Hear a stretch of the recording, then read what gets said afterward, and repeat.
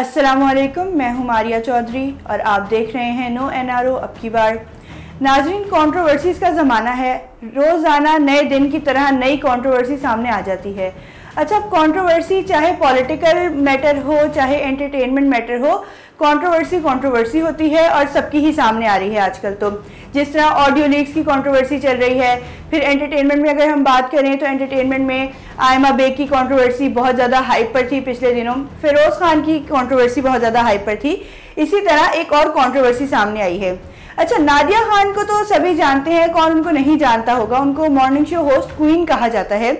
उनकी इतनी ज़्यादा फ़ैन फॉलोइंग है, लोग उनको इतना पसंद करते हैं, लोग उनसे बहुत प्यार भी करते हैं, क्योंकि वो एक तरह से अपनी जो ऑडियंस है उसको एक अपने साथ बांध लेती हैं कि बंदा उठ के नहीं जा सकता। वो इतनी मज़े की बातें करती हैं, इतना एंटरटेन करती हैं लोगों को। अब जो नादिया खान है, इनकी भी कोई ना कोई कंट्रोवर्सी सामने आई ही रहती है। जैसे पिछले दिनों इनकी कंट्रोवर्सी शर्मिला फारूकी के साथ आई थी, जिसपे शर्मिला फारूकी ने इनके ऊपर केस भी कर दिया था और वो केस जो था वो ये जीत गई थी, उसमें ये इनोसेंट प्रूव हुई थी, तो इसलिए केस फिर ख़त्म हो गया था। लेकिन अब हम नादिया खान की बात क्यों कर रहे हैं, उसकी वजह यह है कि जो नादिया खान के एक्स हस्बैंड हैं खावर इकबाल साहब, उन्होंने नादिया खान पे बच्चों की कस्टडी का केस कर दिया है। नादिया खान और खावर इकबाल के 2 बच्चे हैं और इनकी डिवोर्स हो गई थी, और उसके बाद अब इतने अरसे बाद खावर इकबाल ने नादिया खान पे केस कर दिया है बच्चों की कस्टडी का। नादिया खान दूसरी शादी भी कर चुकी हैं उस डिवोर्स के बाद। उस डिवोर्स के बहुत अरसे बाद उन्होंने शादी की थी और वो बहुत कामयाब ज़िंदगी गुजार रही हैं अब, लेकिन ये एक मसला खड़ा हो गया है। अच्छा, ये इस वीडियो में हम जो भी बात करेंगे वो सरासर खावर इकबाल साहब के ख्यालात हैं, वो उनके अल्फाज हैं, हमारा एडअप इसमें कुछ भी नहीं है। खावर इकबाल साहब का कहना ये था कि उन्होंने बताया, उन्होंने डिटेल में बात की इस बारे में कि कैसे उनकी शादी हुई, उनका रिलेशनशिप कैसा था, फिर उनकी डिवोर्स किस बात पर हुई और उसके बाद अब केस करने की वजह क्या है। तो उन्होंने कहा कि तकरीबन सन 2000 की बात है जब इनकी और नादिया खान की खावर इकबाल से शादी हुई। तो इनकी जो मुलाकात हुई थी वो नादिया खान का कोई ड्रामा शूट हो रहा था। शूटिंग के दौरान इनकी मुलाकात हुई, ये एक दूसरे को पसंद आ गए, इन्होंने एक दूसरे के साथ घूमे फिरे, डेट किया और उसके बाद फिर इनकी शादी हो गई। उसके बाद ये दुबई में रहते थे।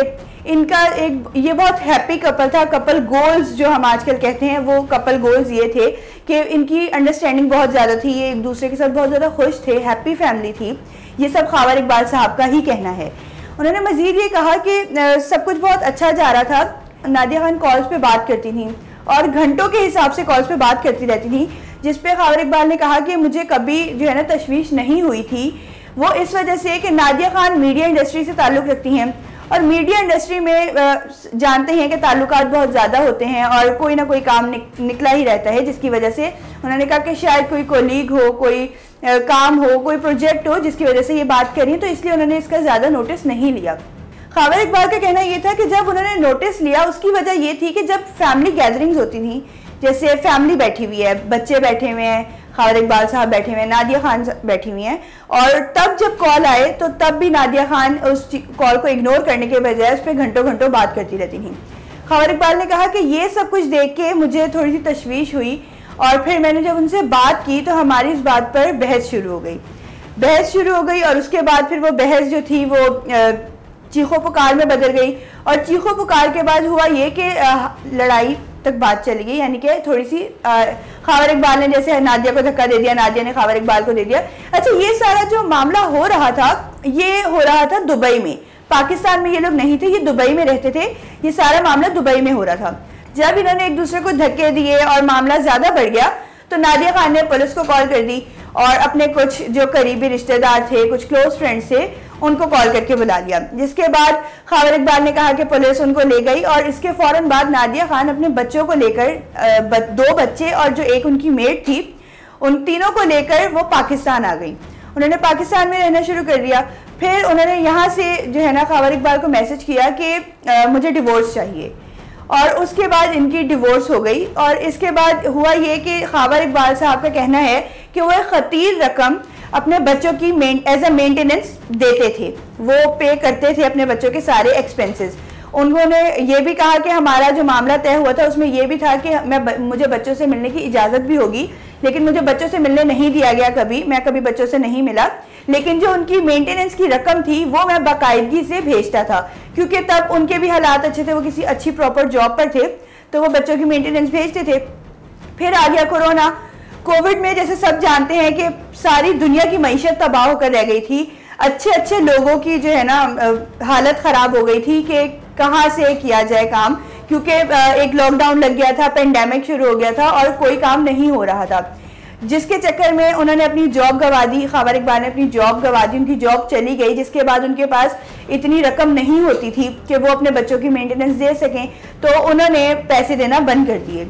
जिसके बाद उनका कहना है कि नादिया खान ने उनको मतलब उनसे बात की, उनको इस बारे में उनसे पूछा भी कि तुम मेंटेनेंस नहीं दे रहे, फिर वो जेल में भी गए इस बात पे, और ये सारा मामला चलता रहा, लेकिन बच्चों से ख़ावर इकबाल को मिलने नहीं दिया गया। तो ख़ावर इकबाल का कहना है कि जब मुझे बच्चों से नहीं मिलने दिया गया और एक दिन मैं जब बच्चों के स्कूल गया, स्कूल की जो एडमिन थी, मैंने उनको कहा कि बच्चों को बुला दें, तो वहाँ पर उन्होंने कहा कि मैं एकदम शॉक्ड हो गया जब उन्होंने मुझे पूछा कि आप कौन हैं। तो उन्होंने बताया कि मैं इन बच्चों का बाप हूँ, लेकिन जो एडमिन थी उन्होंने कहा कि नहीं, यहाँ पर तो किसी और का नाम लिखा हुआ है। बच्चों की वल्दियत के खाने में जो एक गार्डियन, जैसे सभी जानते हैं कि बच्चों के जो फॉर्म्स होते हैं, स्कूल के फॉर्म्स, उसमें एक मदर फादर का नाम लिखा गया होता है, उसमें लिखा जाता है और उसमें नंबर्स दिए जाते हैं, इमरजेंसी कॉल्स के लिए नंबर्स दिए जाते हैं कि कभी कोई बच्चे को खुदा ना खास्ता कोई मसला हो जाए तो कॉल कहाँ की जाए। तो एक गार्डियन नंबर होता है, मदर का, सबकी जो डिटेल्स होती हैं। लेकिन वहाँ पर गार्डियन के जो खाना था, जो वहाँ पर सेक्शन था गार्डियन का, वहाँ पर किसी सलमान नामी शख्स का नाम लिखा हुआ था। सलमान वो शख्स है जिससे नादिया घंटों घंटों कॉल्स पे बात करती थी, ये ख़ावर इकबाल का कहना है। अब वल्दियत के खाने में भी, गार्डियनशिप में भी सलमान का नाम लिखा हुआ था। तो ख़ावर इकबाल ने कहा कि मैं थोड़ा सा कंफ्यूज हो गया कि बाप तो मैं हूँ, तो यहाँ पर ये नाम कैसे लिखा हुआ है। तो उन्होंने कहा कि क्योंकि जो स्कूल एडमिन थी वहाँ पर तो जिसका नाम लिखा हुआ था उन्होंने तो उसको ही मानना था। तो वहाँ से वापस आए, उन्होंने आके नादिया से बात करने की कोशिश की इस मामले पे, और इनका जब कोई मामला सॉल्व नहीं हुआ ना, क्योंकि नादिया ने उनसे कहा कि मुझे बच्चों की मेंटेनेंस दे। ये जब सब मामला हुआ तो उससे पहले ही नादिया दूसरी शादी भी कर चुकी थी। अब एक नादिया के एक्स हस्बैंड हो गए, एक नादिया का जो प्रेजेंट हस्बैंड है एक वो हो गए, और एक तीसरा शख्स जिसका नाम गार्डियनशिप, बच्चों की गार्डियनशिप में लिखा हुआ था। तो ख़ावर इकबाल ने कहा कि मैं जो है ना, ये तीसरा शख्स कौन है और इसका, मेरे बच्चे इसके पास क्यों रह रहे हैं, तुम शादी कर चुकी हो तो ठीक है, अब मेरे बच्चे मुझे वापस करो। तो इस मामले पे उन्होंने केस किया, इसलिए केस किया ताकि उनको बच्चों की कस्टडी मिल जाए, क्योंकि उन्होंने कहा कि मैं इतनी जो खतीर रकम दे रहा था मैं वो अब नहीं दे सकता और मुझे मेरे बच्चों की कस्टडी चाहिए।